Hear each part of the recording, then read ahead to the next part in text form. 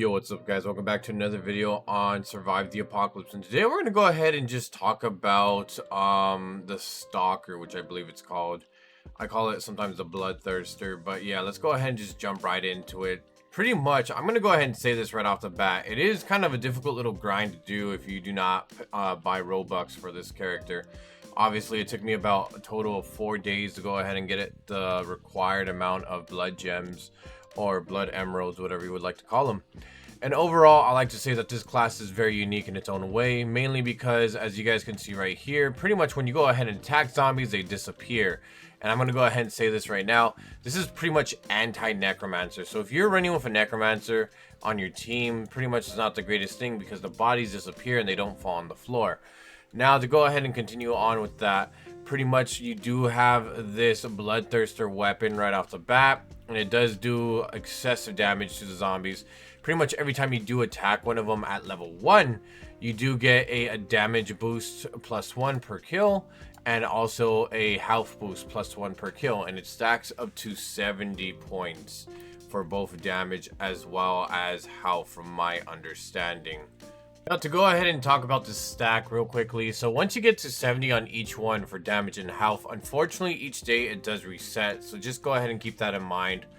Also, once you go ahead and get level 2 unlocked, which is going to cost another 100 blood gems, obviously it's 100 to go ahead and purchase them at level 1, it's going to be another 100 blood gems to go ahead and get at level 2. Pretty much you are going to be able to get a little speed boost per each zombie you attack, but it's not going to be completely high, but you will become a little bit quick.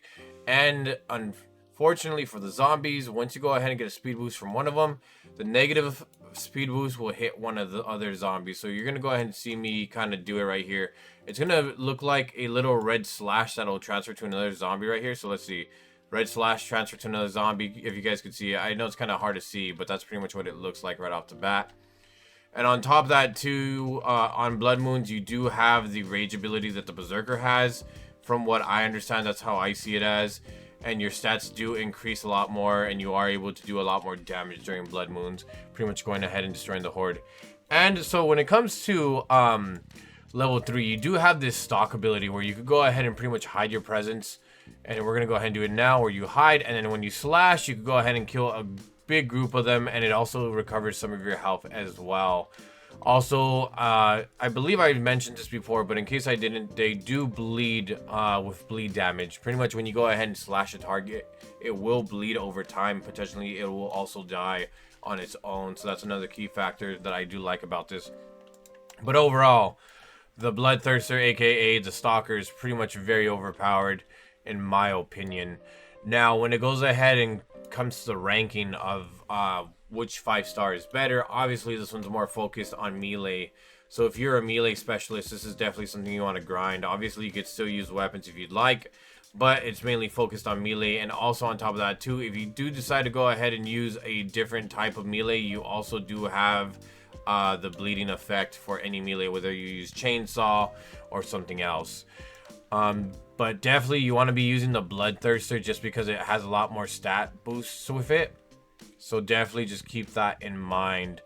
And I'll also tell you this, when I go ahead and evaluate classes, I look for pretty much, you guys already know, attacking, defending, solo play, team play. I look at, is it good to go ahead and start with? Is it good at base defense? And there's other characteristics that I look at too when I go ahead and use classes. And I want to say that this is probably going to be one of the more better classes to use out of the 5 stars. And I would go ahead and pretty much give this class in gems wise. To me, it'll cost about 1,200 emeralds in total. That's how I see it. Now, I might go ahead and just say this out straight. Obviously, this is a limited class, so not a lot of people are going to get this class. But I feel like it might get nuked in the future just because I feel like it's just very powerful. And I do hope it doesn't. I mean, this is pretty much like my replacement for Necromancer in case if Necromancer doesn't exactly fall off right. Obviously, they're going to rework it, and I've heard some rumors about that, but that's going to be for another day to go ahead and talk about. But realistically, if I were to pick another class aside from Necromancer, it would be this class right off the bat. just because it is a melee specialist. You guys know me, I love to use melee, and on top of that too, it's just overpowered when it comes to blood moons.